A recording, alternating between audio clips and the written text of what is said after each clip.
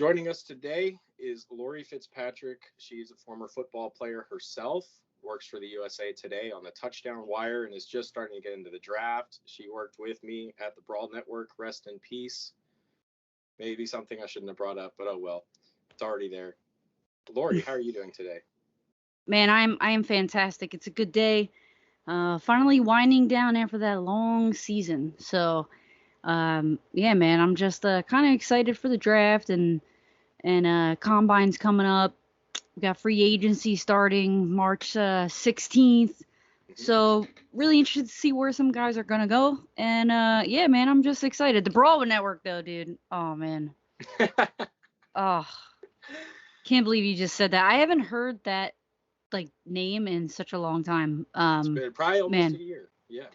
some great contacts through there though. So it's just shame how it all ended up. But hopefully, we're all flourishing now though, right? Most of us, from what I've seen, which has been a good thing, I think. I definitely learned a few lessons, but I think that there were a lot of really good ideas that they had from a marketing standpoint that worked really well. But anyways, so we're here. I figured it'd be really great to kind of talk with somebody who's actually played the game, because unlike you are unlike me in that regard. I had never actually played football per se on an organized team. Um, and so I think that there's a level of expertise that you have in the sport and understanding it, what you're seeing on the field and stuff, that I can't really begin to replicate. And so I guess that's probably a good place to start, is like, how did you end up getting into football, and what led you to playing it? So, I was pretty much just like a, a three sport athlete in high school. Then when college came around, I actually got recruited to play soccer. And I ended up being a walk-on the basketball team. I ran cross country. And when you play college sports, either it's something that like you love and you like everybody has your back, all the coaches, and you're somehow those guys are able to do work and play the sport at a high level, which is like insane. Or you have the people that kind of hate it. And that was kind of me, right? I played it, but I only played really the team sports for 1 year in college. Um, it was a tough time for me. So I started running cross country, but I still had this like urge to play a team sport. I wasn't really sure where to go. Um, but I always loved football. My brother was a football player. I played a lot of Madden. I was like a diehard Madden fan. We all kind of were in the 2000s, right? Yeah. So yeah, I one of my basketball teammates actually, she graduated, I think, and she was still kind of hanging around the team, and she's like, hey, you're not playing basketball anymore. Like, would you be interested in playing football? I was like, football? Like what do you mean? Like women's like flag football? She's like, no, like we wear pads and everything. We have plays, like it's NFL rules and everything. It's professional. Like you could possibly like get paid. Would you be interested? I was like, all right, I'll come out for a practice. Oh man, I was immediately hooked. Um, so I ended up playing for about 4.5, 5 years. For the one team, I played for 3 years. Um, and honestly, it's such a team sport more than basketball, more than soccer, more than softball. It's a cohesive like work of art, honestly. If one player doesn't make a block, it blows up everything. In basketball, you can have one guy that misses a shot and you guys could still win because another player can just, take over the game.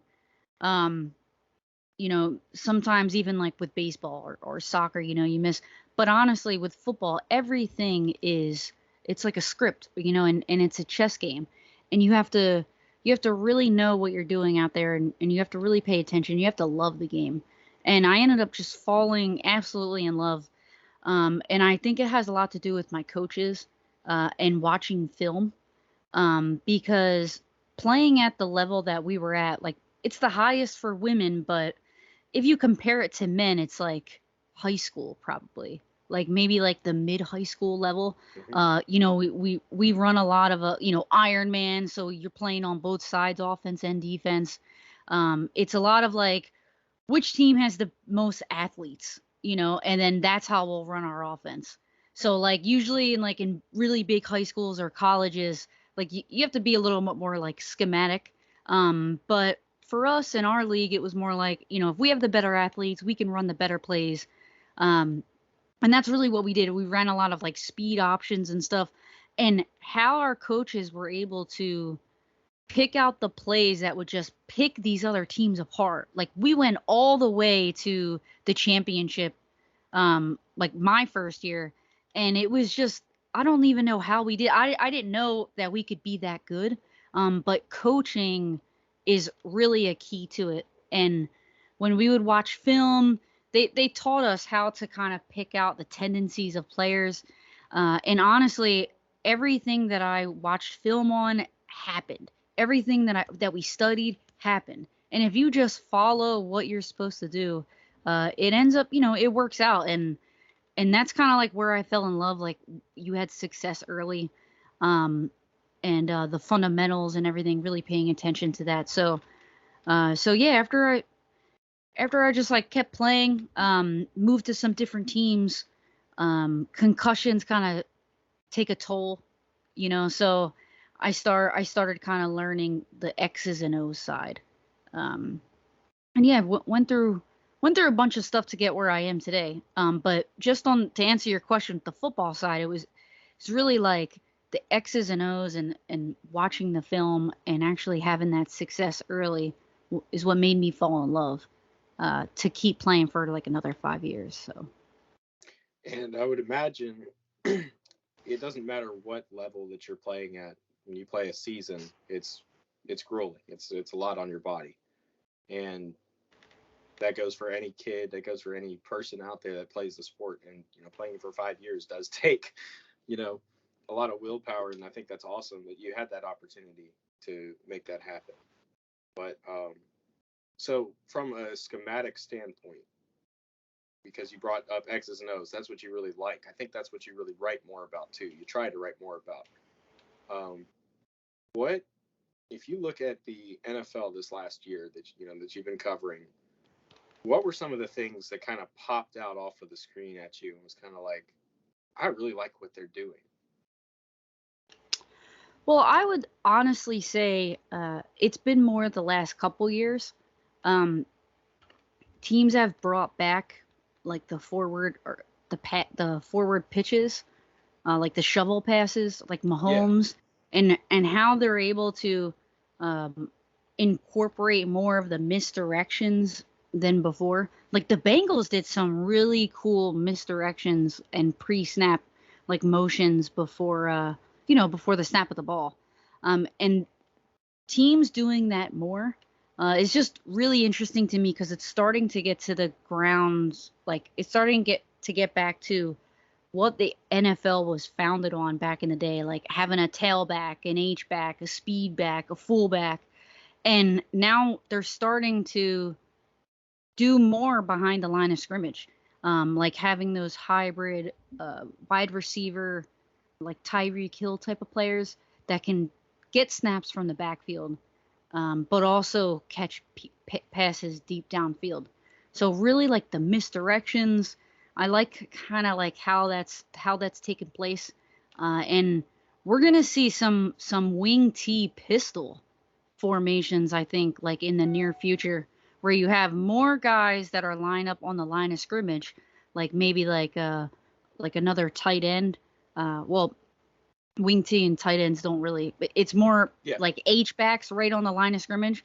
I think we're gonna see more of that, those tight looks, and then they kind of spread the field when the play is happening. We may see some more like pitches, which is cool because I think some more rugby tactics should be used in the NFL more. So some of the like the pitch when they're in the mid play and they pitch the ball back to somebody else. But that by design is going to be really cool, and I think it's kind of leaning towards that direction. It's leaning toward a point where everybody is trying to create a mismatch in any possible way. I Yeah. think is what really makes it interesting. Um, and that doesn't matter how you find that mismatch, because when you everybody's switched over to this nickel defense pretty much as a base right now, right? And Yeah. by switching over to the nickel, now you have an extra defensive back, and that's a potential mismatch if you can get the right personnel on the field for that. And I think that's why we've seen a lot of the fullback success in the H-backs and these hybrid tight end wide receivers like Chase Claypool, Irv Smith Jr. And people forget about him. He got hurt this year, but he had a really great year the year before. So yeah, I'm with you. I love the different, the expansion that we've seen in schematics. yeah, and I think it's gonna be more and more on those mismatches, like you're saying, because you're seeing guys like Myles Garrett come out of here, and Aaron Donald. They're huge and they're running like crazy 40 times. Like these athletes are they're getting out of control.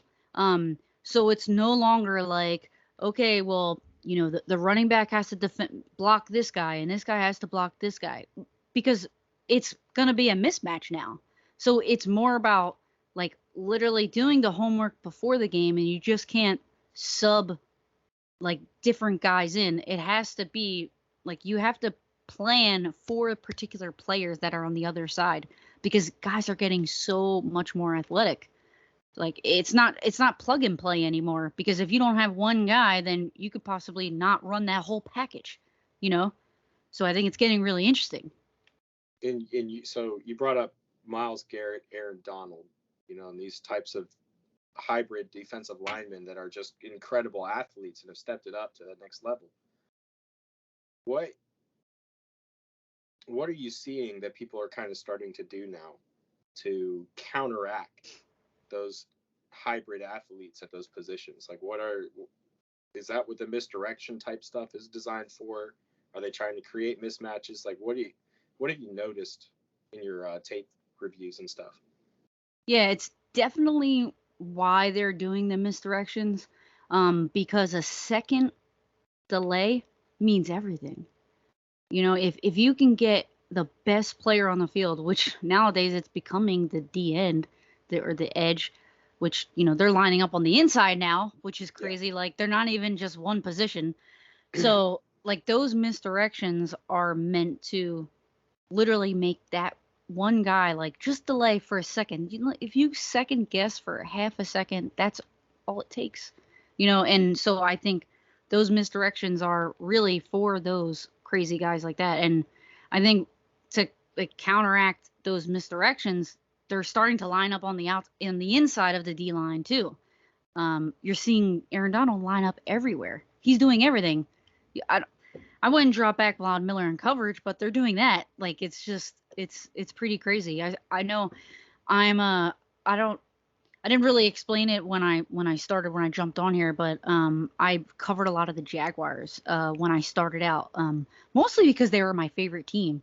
Growing up, well, after I was like 13, because they weren't really around when I was growing up, because they started 1998, but or 95. But the whole thing is, Josh Allen is a really good defensive end, and he's not like getting as many sacks, but he's actually dropping back into coverage, and he got what I call like the triple double of a defensive end. He got an interception, a forced fumble, and a sack in a game. And you're seeing guys like that do and get all of those accolades like in one game, and it's just like, how are you doing all these things? You're doing the job of a linebacker, a DB, and an edge rusher. Like it's crazy.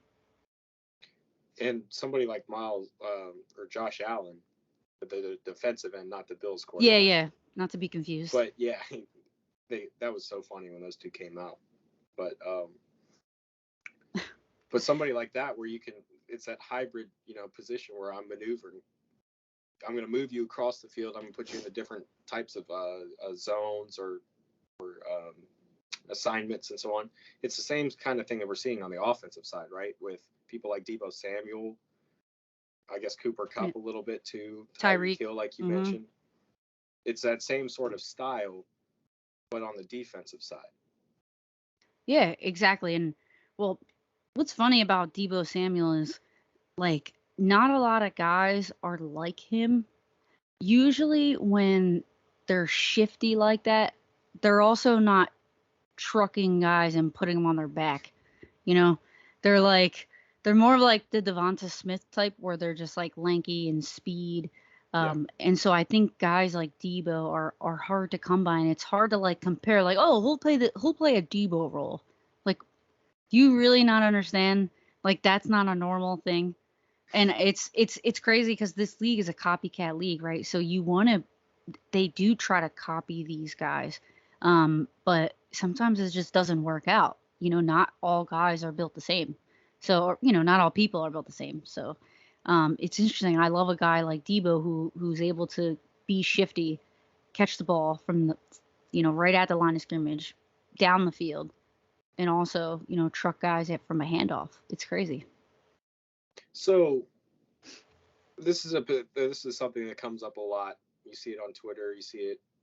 People talk about it all the time. Most important position on the field is quarterback, right? But after that, once you get past the quarterback, there seems to be a good bit of a debate on how you're going to put together an offense. And it really started with this whole Jamar Chase being picked number 5 by the Bengals instead of them taking Penny Sewell out of Oregon this past year. And there were the memes, you saw them, where they showed Joe Burrow getting sacked because he's being blocked by everyone. Yeah. And Jamar Chase is short, the ball's short to him, he can't get it to him. We saw that sort of disrupted, I guess, to a certain extent by the Bengals offense this year, that stigma that there is. So once you get past the quarterback, on the offensive side of the football, where are you seeing success with these teams? Like what becomes the next important position on the field? So that's interesting. It's a great question because I think it has a lot to do with how the coach plays the game and how he calls his plays, what kind of scheme he uses. If you think about like the Colts, it would be like an offensive lineman because you have a guy like Jonathan Taylor who's back there who you're going to need like an offensive line. It doesn't matter what wide receiver you have because your offense is built around this bulldozer, this awesome back, Jonathan Taylor. Now, with the Bengals, when you say wide receiver, or you would say wide receiver because of the way the plays are called with the Bengals, right? You're dropping back, and I don't know why his name is not in my head right now. Chase, Higgins. No, the quarterback. Oh, Joe Burrow. Yeah. Joe Burrow. I don't know why I couldn't think of his name for 1 second.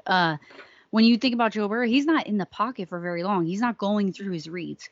It's like when one guy blitzes, you're throwing where he blitzed from, or your second option. There's really not like you're going through the reads and, the wide receivers are going through these like long routes. So it's really like, okay, let me get a guy who is going to get open immediately because just as long as we score more points than the other team, it doesn't matter, what happens at the end. It doesn't matter what our defense does. Well, in their case. In the end of the season, yeah. Yeah, but like the whole thing is really like, what kind of quarterback do you have? So when you think about who do I draft, it's not best player available. Like it's really not, because if it doesn't fit your like what you're doing on the field, then it's not going to work. It's not. And you're going to see a guy that it's going to take a while for him to make an impact. Just because it's just like you need a guy that is going to help you win. Obviously if it's all about where you're also at. Like a team like the Jaguars, you may need to build. So you go offensive tackle. But if the coach thinks, okay, I know that I can win this year if I have this guy, and he's not the best player, but I need, some people are saying Kyle Hamilton is, he's definitely the best safety. But does he go number 1 overall? Probably not. I mean, Jaguars should definitely get him. I don't know what kind of conversation we would go with there, but The Okay. point is though, like if you're a team and you have, Evan Neal or like Kyle Hamilton or somebody else, you're gonna go with the guy that's gonna help you win at that moment. And if you already have a defensive line that's already getting sacks, you don't need the thorough edge rusher or the other dude from Michigan, the white guy that's an edge Aiden rusher. Hutchinson. Yeah, like you don't need him. You don't need those two guys because the one place that you need to work on. Um, yeah, it's always good to kind of like draft guys that are definitely good, the best player available, because in the long years, guys are gonna retire, guys are gonna get traded, so it's always good to have the depth. But I think it's important. Best player available is usually later in the draft, and the needs, I would say, are first. I'm not a GM, but just my So my two you cents. mentioned Kyle Hamilton because that's one of the top prospects really in this class when it comes to a lot of people talking about him, a lot of people excited. We really haven't ever seen a safety, his size, where he's reportedly like 6'4", 205, and he moves as well as he does, and he's as versatile as he is. And that's kind of, on the last podcast I had Thor Nystrom on from NBC Sports Edge, and we talked about the safety position specifically because it's such a evolving position across the league, and there's so many different needs for it, and different teams scheme their safeties differently and have different requirements for them. So I guess you said that they need to draft him. The Jaguars need to draft Kyle Hamilton. Let's expand on that a little bit. What is it about Kyle Hamilton that fits what Jacksonville wants to do? Well, honestly, they don't have a great safety.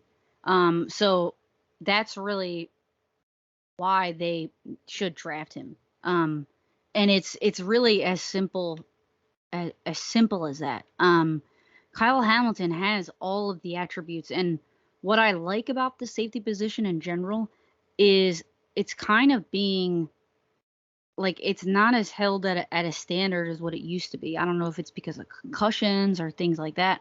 But guys like Brian Dawkins and Troy Polamalu, those were like that was like what you aspired to be like. And now that like there's not a single safety that's really like hard hitting like those guys were anymore. So I think it's more about like speed now, and if you're a more dynamic corner, then you can be a safety. But Kyle is just all of those combined. And so I think that this, like you said, like that position is starting to like revolutionize in a way where it's becoming more important. And if you can get a guy like him on your roster, he's an instant starter. He's gonna instantly be able to do the things that you need any DB to do, but he's in the back of the field. And that's the quarterback of the defense. The safety is the most important position. But in the last couple of years, it's been like, whoever can get the quarterback. And I mean, I have feelings on that too, where it's like you can have the best DB in the world, but if you can't pressure the quarterback, then he's useless. I mean, it's kind of like my argument. But I don't know. I think that a safety is more important than what it has been shown to be recently, like in the last couple years. Last like 5 to 7 years, there hasn't really been like a great safety. And I just think people are like infatuated with him because you haven't seen a guy like him before, kind of like come out the draft and be so good. But I think the Jaguars just need a guy like that to really take their team and their defense to the next level. But they have so many missing holes right now. Like There's a it's lot. There's a lot yeah. of different stuff they could go with. Yeah, you're right. Hamilton really interested me when I put on the tape. I wasn't sure what I was walking into, honestly, and I'm pulling up my notes on him right now, actually. Yeah, man, Because he can get east and west like so quickly. He's just like yeah, he just knows where the ball is and he takes the best angles. Um and he can tackle like he's just so good, man. Like I think they should consider taking a guy like him like first overall.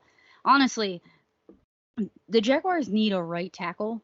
I think Cam Robinson isn't too bad as a left tackle. Um, and everybody's saying like Evan Neal and everything, and it's a great safe pick because he's Yeah. gonna be good. But it's just like if you already have a guy that's not too bad, and you don't want to force Evan Neal to go to the right side of the line or anybody to the right side of the line, um, I think you should go with a player like Kyle Hamilton instead. Um, you know, there were some people saying that maybe they should go to the edge side because they had like one of the lowest amount of sacks. Yeah. So they definitely need one of those guys.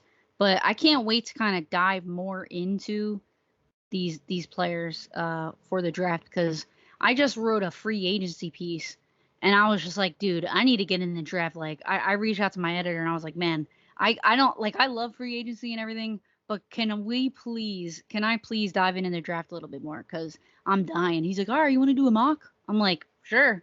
So I'm like just now kind of getting into um all of these draft picks coming out. Well, the edge class this year is awesome. I heard that, man.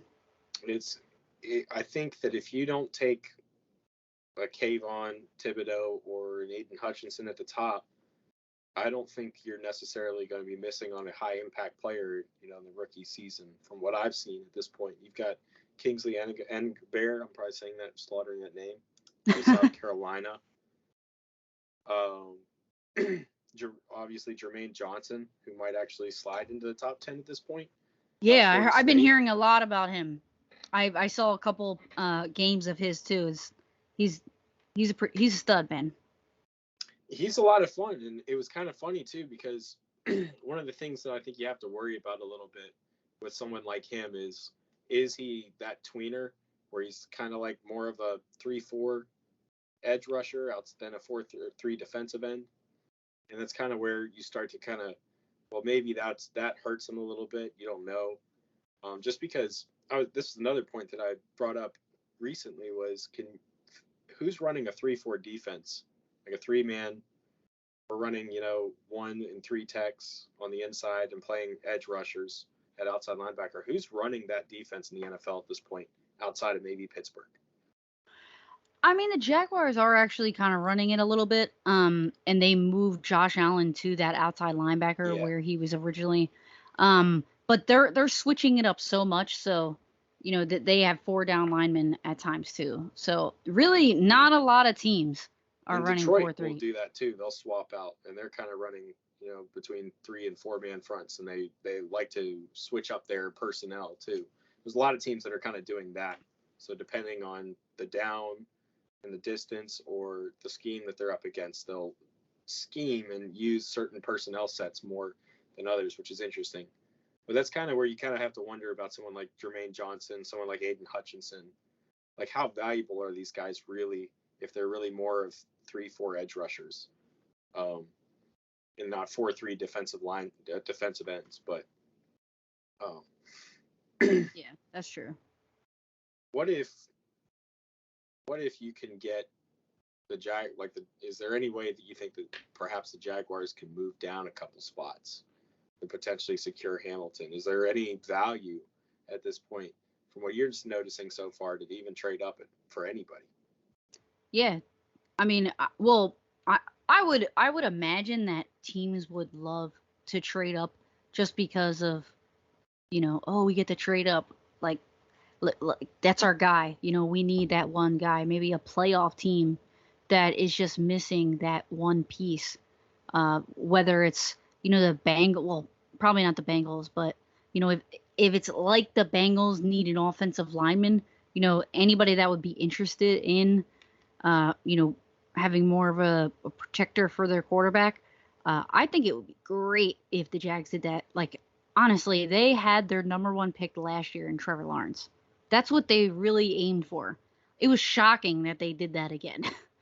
Like, they didn't need that. You know what I mean? That's why they went out and beat the Colts to take them out of the playoffs. Like, hey, we don't care if we have the number 1 pick. We got it last year. That's when we got our guy. And then the Raiders ended up winning, and they ended up getting the number 1 pick again. We're like, well, all right, like, let's roll with it. but like they didn't need it. So I would definitely consider trading back. I think that would be the best way to go because they have so many holes, especially on defense, that they kind of need to work out. I would say if they could somehow get like Kyle Hamilton and Drake, that would be great. Because Drake Jackson out of no, no, USC. no, London.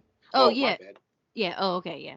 So there's Drake Jackson and there's Drake London. They're both out of USC, and it's confusing Sorry. to get out. So no, yeah, my bad. I get you. Yeah, that So would be Drake great. London, that's an interesting one too, because there's a lot of people I know I've seen that are kind of downplaying the whole Drake Jackson idea just because Drake of his London idea. size. Or the Drake London. Yeah, see, I just did it again. The idea of Drake London going in the first couple rounds because of his size, not so his proportions, I guess, not quite being something that has been successful in recent memory outside of maybe Yeah. AJ Green. Yeah, You know? no, that's definitely true. But sorry to cut you off. Go ahead. No, continue. I think like his style of play kind of play like kind of speaks for itself though. Um, and he has solid hands, right? So it's really about kind of getting that separation. Um, but separation doesn't have to mean like you have to be Tyreek Hill at the line of scrimmage, Yeah. right? If you're able to kind of like stack a guy and immediately get in front of that defender, or you're able to move him, with just solid footwork, like a Larry Fitzgerald or a T.Y. Hilton, like just how like solid they are. I think really the size does not matter. I think if anything, like I would say 6'5" is like the cutoff, maybe even like 6'4". So the cutoff from being like too lanky and not being able to maybe like run across the middle. Yeah. So because Drake London is he's an ex basketball player, being 6'5", you're able to kind of jump over guys and moss them. But if you're taller than that, obviously, I mean, like even 6'4" is kind of like pushing it, just because you're not going to be able to run across the middle of the field. You're not going to be as like multi-dimensional. But I say Drake London for the Jaguars because I think they need that. They have guys that can run across the middle. I think they need a field stretcher, but just to the outside that may pull the safety to like outside the numbers. Because Drake is going to definitely beat that guy one-on-one. He's definitely going to beat that DB. So they're going to need help. And they don't really have that. So that's the only reason why I say Drake London. I just think he would be a good fit. But I could see how people would maybe like drop him a little bit because of his size. 6'5" is like big nowadays. And like we were talking earlier, being athletic is kind of more important nowadays than anything. And the taller you are, the least like the lower of a chance that you're going to be like more athletic and you can do more things. You just become lanky at that point, right? Yeah, I think that's kind of the concern is because I remember this will probably be a good transition for our next topic actually. So I remember I went to the Senior Bowl back in 2020, and Chase Claypool was the big talk going into the week because he was this hybrid kind of wide receiver / tight end, not quite big enough to be a tight end, not small enough to be a wide receiver, or kind of too big to be a wide receiver, kind of just in that space, that tweener space. And I had interviewed him. That was my first real big event, was doing that. But so I interviewed him during the media day, and we talked about, I said, what do you want to come out here and show these scouts and anybody else that's out here? And he said, I want to show I get low enough in my breaks so when I make my cuts, I can create that separation. And he showed that week, and that's what we kind of saw, when he went to Pittsburgh and became that kind of big slot. I guess you could call it an H-back, but it's really more of a tight end that's not in line. It's kind of that role that he plays there. And you saw teams trying to replicate what he did in this past year. And so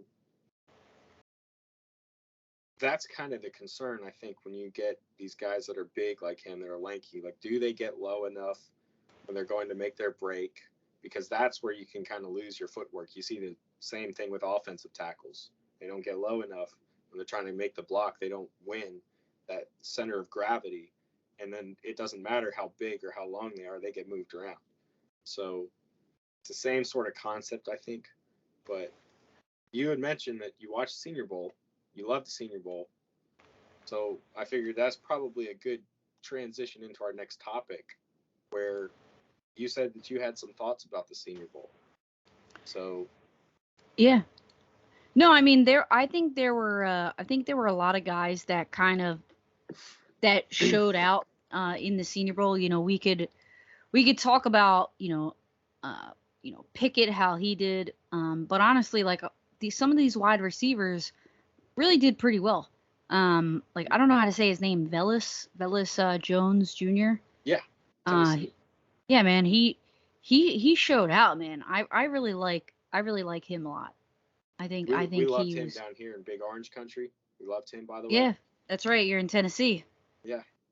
Are you a So Middle Tennessee State fan or middle? no, no, I wouldn't say a fan. No, not a fan. It's kind of hard to be a fan of a you know Yeah, yeah. But like, small school like that. I got you. I got you. I don't know like how it is like in Tennessee though, because sometimes like schools down here, and I wouldn't say in Florida because I'm not really huge on college football. I'm trying to learn more and Hmm. more each year.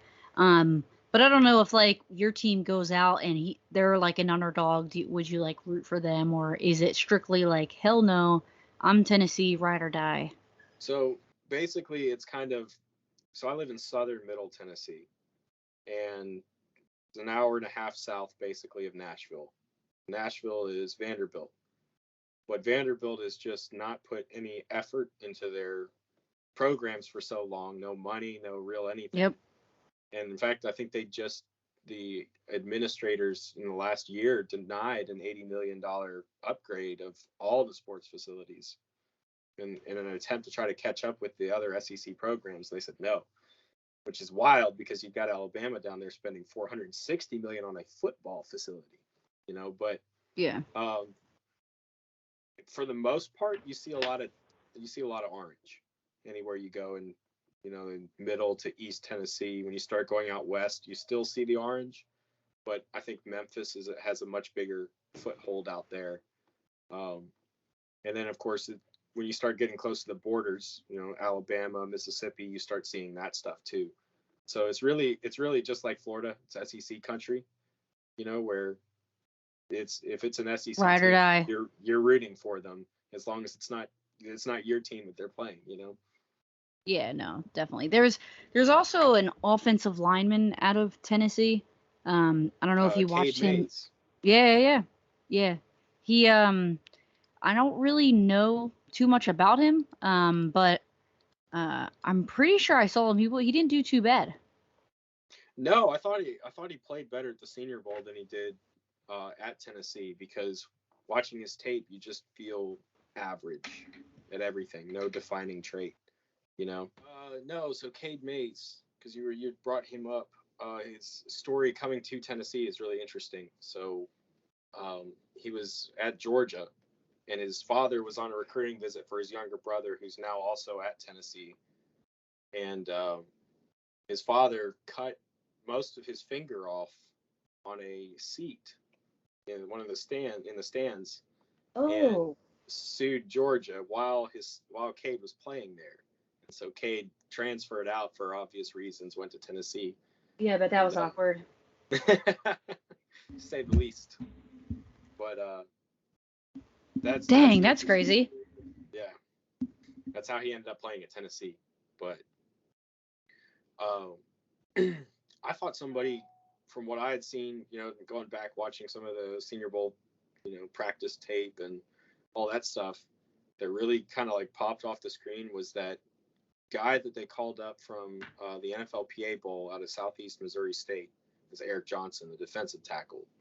I thought he was very, very impressive. Like the stage wasn't too big for him. And between him and Perrion Winfrey, I thought they were the dominant inside linemen all week. Yeah, I think the defensive linemen, they were able to kind of get some pressure. The offensive linemen, though, I feel like the depth there is just so crazy. Hmm. Um, it's just it's like out of control. People, I didn't get a chance to go to the Senior Bowl this year, but people were saying that like most of the offensive linemen were just like they were dominating for the most part. And then it was really like later where the defensive linemen kind of like were able to kind of get back to show a little bit more strength. But who I like is I don't know how to say his first and last name, Boye Mafe. Oh Um, yeah, yeah, Minnesota kid. Yeah. yeah, man, I think he's pretty much a standout. So I liked him pretty much. And who was that other guy that was on the D line? I was kind of looking at Tyreek he, Smith, maybe. no, think the guy from Western Kentucky, D'Angelo. Oh, D'Angelo Malone. Yeah. Yeah. He I don't know. I I kind of I try not to dive too deep into the defensive lineman just because I was more of like when I played, it was running back, cornerback, and I went to NFL Films once and I asked for some advice from somebody there, and I was like, hey, if there's one thing that you could like give me some advice on there, like don't dive too deep into a position that you don't know about because like it'll end up kind of like biting you in the ass. So I try not to dive too deep into the defensive lineman, but I kind of know the stunts and all that. So, but yeah, D'Angelo wasn't bad. Um, there was a couple guys like last year that came out, like Cameron Sample. I really liked him Hmm. um, coming out, and I think he didn't do too bad this year. I mean, he obviously his team got far. Uh, I think he was on. He ended up getting on the. I don't remember if it was the Rams or the Bengals. Um, but I was able to happily pick out somebody that did pretty well on the defensive line. I was pretty proud of myself about that. No, I've ended up having to learn all that stuff, kind of on the fly over the last couple years, offensive line, defensive line, because I'm 5'6", and so just that's obviously not a position group that even in the backyard or playing with Yeah, friends I would have ever played. yeah. So, um, You're not blocking kind a of lot of guys. You're more juking. yeah, exactly. Yeah, more in the space a little bit. But I've had to learn it over the last couple of years, and just getting around people that are really knowledgeable about it is always really helpful. One of the things that I always like doing when I go to games is I try to get there as soon as I can, like as early as I can, and get on the sideline and like be among the first people out on the field before the game, like 3-4 hours ahead, and just walk around and just listen. You know, um, because there's so much wisdom that comes through the field, just before the game, when like especially a college game. College games are amazing Hmm. because you've got the scouts there, you've got the coaches there, you've got maybe some VIPs that come in if it's a big college game, and they all know each other and they all just start talking, and there's groups that formulate. And you can just literally kind of walk up to the group and nobody cares if you're standing there listening. And that's kind of the deal is you just listen. You just Yeah, pick up on stuff. yeah. That's what I was doing the one time. I went to like an Eagles camp. Hmm. And I guess because I'm a girl, they just I don't know they didn't like think anything of it. But it was a like a women's or I say that, but it was like an all women's like camp, right? And we kind of just like learned um how kind of the coaches coach their players. But they like to kind of like get women involved too. But most of them were just like wives of husbands that love football, and it was like a gift from the husband, like, hey, go to the Eagles facility. But like for me, it was like I wanted to talk to the coaches to become where I'm at today. And I got us after like the whole thing was done. like Brent Selleck and a couple of I think it was one of the Longs, like Kyle Long or Yeah. Chris Long. Chris Long, I think it was. Chris Long would have been through there. Yeah, and John Runyon was there, and they were all in a circle like after the camp was way over. And they're all just like bullshit and talking to each other, and like I'm only like 5'4", but I was like standing in the circle with all of the guys, like while they were just like bullshit and talking to each other about like, random NFL days because John Runyon like doesn't play anymore. Brent Selleck was on his way out.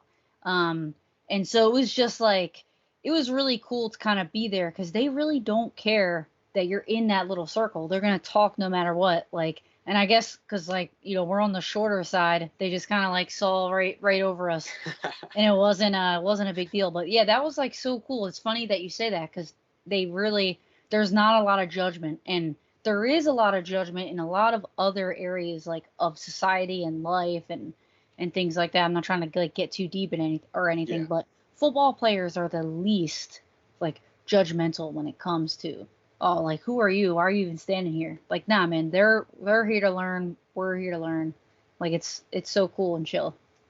And that's what's really special, I think, about football is football creates that. Being on a team, being a member of that team, it's just like going in the military. When you go through basic training, that's what they're drilling in your head is it's not about you anymore, it's about the team. And that's football. Football is about being part of the team. And so you have to put aside your differences and what you may think of somebody else or opinions that they might have or anything else because you're trying to accomplish something greater. And that is, I think, one of the most appealing things to football and why I encourage, people to get involved, kids, even adults, like, hey, like this is a good thing. Like get involved with this, learn this, because this is something that is going to help you way on down the road with just everyday life. You just look at people different after getting involved with football and being around that atmosphere. It's awesome. I love it. No, it is true, and it's funny when like they'll separate like in practice like skilled players from non-skilled. They say that Yeah. all the time, and non-skilled is the Yeah. lineman. But it's like on other teams, like all the players are usually skilled, like one or other sports. I mean, so like Yep. soccer player, they're all like skilled players, right? They're all the same type of guy, but they all do different things. And I think football players, it's different where like they don't judge as much because that guy that's like fat and sloppy, he's gonna protect you from getting your head knocked off. So like you better like him and you better friend him, and like that's why they get gifts for each other on the line and everything, just because it's like it doesn't matter what they look like on the outside because you got up here and you love the game and you got the heart, then there's not really going to be as much judgment as other sports, and you need each other. Like I was saying, you miss one block and you're donezo. So it's really all about the camaraderie. So. Football is the most amazing sport on the planet for a reason, and this is a big part of it, I think. But so I guess to finish out where we're going with this, any predictions, anything that you have that just maybe a gut feeling about on the upcoming off season? Well, I that's tough, man. I think Aaron Jones or Aaron Rodgers may end up going to like Denver Broncos. And I think that he he might be able to take Devontae Williams with him. I mean Devontae Devontae Adams. Adams, yeah. And I think it's gonna shake up a lot in the West Coast over there. But in terms of just like predictions, I don't know, man. It's tough because anything goes, right? And I'm hoping for the most wild thing to happen just because it makes it so much more exciting and I can try to like write about it. But I mean, what I'm gonna try to do is now that I'm allowed to write about the draft and it's really just started yesterday, so Yeah. I'm doing my homework like all day today, and I had a podcast earlier. I would love to kind of come on in a week or 2 weeks or maybe like after the combine and talk about specific guys. Um, because that's really what I like. I love to talk about the fundamentals, Yeah. and who may not look great in terms of like, where when they played in college, but it's all about specific fundamentals that you can grow from in the NFL. It's different. You can be a shitty college player and be awesome in the NFL and vice versa, right? So I think in the next like week or two, I'll be able to we can go more of an individual, um, roundup, I guess, of Yeah. a couple different positions. So I'm gonna wait on any prediction about players, but in terms of just like trades and stuff, man, I hope it gets wild. I'm not sure what's gonna happen, but I hope it gets crazy. I'm anticipating it, especially with all this Eagles talk and Russell Wilson removing the Seahawks and Kyler Murray removing the Cardinals. I mean, there could be Do, all kinds of different stuff going down. do you want them to get Russell Wilson? No, No. So you're all Jalen Hurts. I am literally the Jalen Hurts stand on Twitter. Okay. Okay. um, Was Jalen, it something he did in Alabama that you just, or yeah. So Oklahoma? actually, I was very staunchly opposed to him starting at Alabama his sophomore year because Tua Tagovailoa was the freshman, and in the spring game, it was very clear, and from what I had heard of spring practice, I wasn't there. Um, that Tua opened up the offense because he had a much more diverse skill set. He could make more throws than Jalen could, and Jalen needed to develop and this and that. And so when he started that entire year, and Alabama's kind of squeaking through games and stuff, I was very staunchly opposed to Jalen Hurts starting because I was like, Tua needs to play. And then the national championship happens. He gets benched. Mm-hmm. Tua comes up at halftime and leads them to victory over Georgia. And it's just a big game and super exciting. And everything that I had said validated, I felt You mean like. Hurts came in and Hurts No, came in? Hurts was benched during the national championship game for Tua, who was a freshman and had played. Oh yeah, yeah, yeah. Yeah, Mm-hmm. that was so. Watching him handle that like a professional, and then all the things that happened during that off season. There's a lot that happened in that program that isn't exactly well known about. I guess it's not common knowledge per se, but let's just say he was fucked over a lot by Alabama and Mm-hmm. just some of the boosters and just the way that he was treated, and he stuck with it for a year and got that redemption when Tua went down in the SEC championship game against Georgia, brought them back. Yeah, that's And what then I was after thinking that, of. I was like, you have to respect somebody like that has the temperament. In that situation, national humiliation, you're benched, you know, and to bounce back from that and stick with your team with the transfer portal becoming a wide open thing, he could have easily left and gone somewhere else. And he waited a year and then got the chance to go to Oklahoma and was a runner up for the Heisman. And so he was I thought he was very much underrated coming out that year, 2020. I thought he was a high profile guy, like a high IQ guy, someone who is a really good locker room person. And I think we've seen all that personified because the Eagles were not supposed to be in the playoffs this year. If you No. remember, people were saying maybe 5, 6 wins at tops, and they get the sixth win because it's a 17-game season. Yeah, and You you had know, Nick Sirianni, and I was like one of the few people that were like, "Nah, man, I think they're gonna do okay." I mean, I did say that the Cowboys would be better, but it's just because they're right now it's what they have. yeah, And I was a little bit wrong about the Giants. I thought they would be better too. I thought it would be more of a competitive. And people even had Washington going pretty far with that defensive line that they had. But then the Eagles, man, Jalen Hurts just sticks it out. And even when Gardner Minshew came in and he lit it up, then the very next game, Hurts still played well. And like it kind of goes along with what you're saying. He just he has like the tenacity to not let things bother him. And he's gonna play hard and go all out no matter what. And I'm glad that that happened. I'm glad that like the Eagles organization like didn't listen to the fans or anything, or mm-hmm. didn't, not that they ever do, but they didn't start Gardner because it's like the season's over anyway. They stuck it out and they ended up getting into the playoffs. So I thought that was awesome. I mean, So you don't want Russell Wilson. You're like, heck no.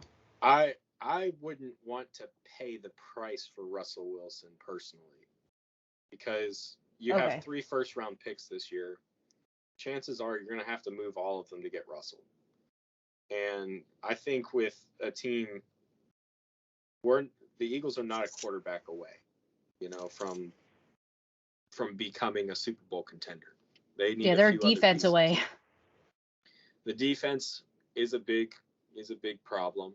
I think they haven't drafted as well as they could have, outside of maybe grabbing Hurts in the second round. But when you look at Jalen Reagor, taking him in the first round last year, and then that kind of bombing, and then you look at the second round pick that they spent on that kid out of Stanford, JJ Arcega-Whiteside, like Yeah. you see that they haven't drafted well at that position. They really need another guy still, so Well, I love where they're positioned with the picks. I would stick with those and stick with Hurts, because what has Hurts shown you at this point that says we need a better quarterback? yeah, no, definitely. He's done everything that they've asked him to do. He's made all of the throws. Sirianni has done really well, like with basically scheming with him, Mm-hmm. with the RPOs and all that, and how they're how he's able to kind of see the field, go through the 1 and 2 reads and put the ball where it needs to be. Um, I think he did pretty well. One thing, they do have Dave Caldwell now as like an assistant GM or Yeah. whatever in there. So, and he honestly he didn't do too bad for the Jaguars when it came to late round picks. You guys kind of need the first picks to go right. Where like Dave didn't really draft well with that either. Blaine Gabbert and there's Taven Bryan, like they were all first round picks that ended up not doing anything. So, all I'm gonna say is good luck with that, the first and second round. But after that, Dave did pretty well. He got some stud like safeties and he dressed well later. That's kind of, I think we've seen some success the Eagles have at that point where, um, if you look at some of the guys that they picked up recently in the late rounds, like Sean Bradley, even Zach McFarland, and moving him, to acquire Tay Garland or Tay Gowan was a great little addition, because I loved Tay Gowan in the process last year, and I really thought they should have taken him. But I think they do all right with the later round picks, but it's really just finding those receivers, that, and getting the right guy. And Rieger hasn't been it. Arcega-Whiteside wasn't it. So, um, Yeah, hopefully free agency, because there's a lot of pretty good wide receivers out there in free agency right now. I would imagine they're probably going to go after one or two for sure. But Yeah, they should definitely do that. I Man, we could definitely we could think. talk forever about the Eagles though, because I grew up with in Philly, South Jersey, so I know more about the Eagles than I do. I mean, than a lot of the other teams. So they're they're like my family's. Man, I remember my mom's boyfriend at one time painted his face to sit there on the couch and watch the game. See, So, that's how I became an Eagles fan. Was my my mom is from South Jersey, actually, and oh so really? Okay, yeah, yeah, that's where I'm from, South Jersey. Little Egg Harbor Oh, Township, nice. that area, Tuckerton specifically. And so that's where a lot of my family still lives. They're all Eagle fans. They heard, oh, 6, 7-year-old John's starting to watch football. Oh, well, we're going to start You sending better, him Eagles yeah, jerseys, send them the stuff exactly. Started hooking me up, and that was back in the days when it was, because I'm not really that old. So Donovan McNabb, McNabb, yeah. um, It was Brian probably Dawkins, it was probably Jeremiah right Trotter, after I mean, my mom fell in love with I don't know why I can't remember his name. Today Randall is like, Cunningham. yeah, so Yeah. like that's where like it all started, and Donovan, like you said, and then Brian Dawkins and Deuce, like those Yep. guys were just like, it was so the energy is so crazy in that stadium. I worked in the Lincoln Financial Field for like 4 years, and it's so like it's not like any Special. other stadium, honestly. It really is special. How intense the crowd is there is it must be scary for other teams. I do need to get to a game there at some point. Um, I've been away, from that part of the country for so long time now. I haven't been back up that way. I need to fix that. I need to change that this year. So Yeah, man. You definitely should. Tickets to Philly, plane tickets are not that expensive. I go up there once a month, to be honest. So, man, there you can get round trip for 120. Not even. ooh, that's nice. Yeah, I got it for 60 the last month. $60 round trip. You got to do it. You have to. It's such a good like atmosphere and environment, and it makes you like fall back in love with the Eagles, even though you're already an Eagles fan. It's just like it makes you fall back in love with them. To be honest, it's crazy. I love it. I love that stadium. Laurie, it's been a pleasure having you on, and I will definitely be contacting you about getting back in here in a couple weeks to talk more specifically about the draft because we're going to have a lot of draft content rolling through. So, Yeah. um, but I do appreciate your time and everything doing this. Yeah, not a problem, man. I'm sorry the internet connection kind of went out a little bit. I got a different view here of me. It's a little bit darker, but yeah, man. Thank you so much for having me. I kind of need to redeem myself a little bit with some of these draft picks. So just now diving in, I would really appreciate to kind of like jump back on and at least talk about some of the players that maybe not a lot of people are have their eye on. So Yeah, no worries. I'll probably pass you a couple here before we get off officially. But thanks again, and we'll definitely have you back on for sure. all right, man. Thank you.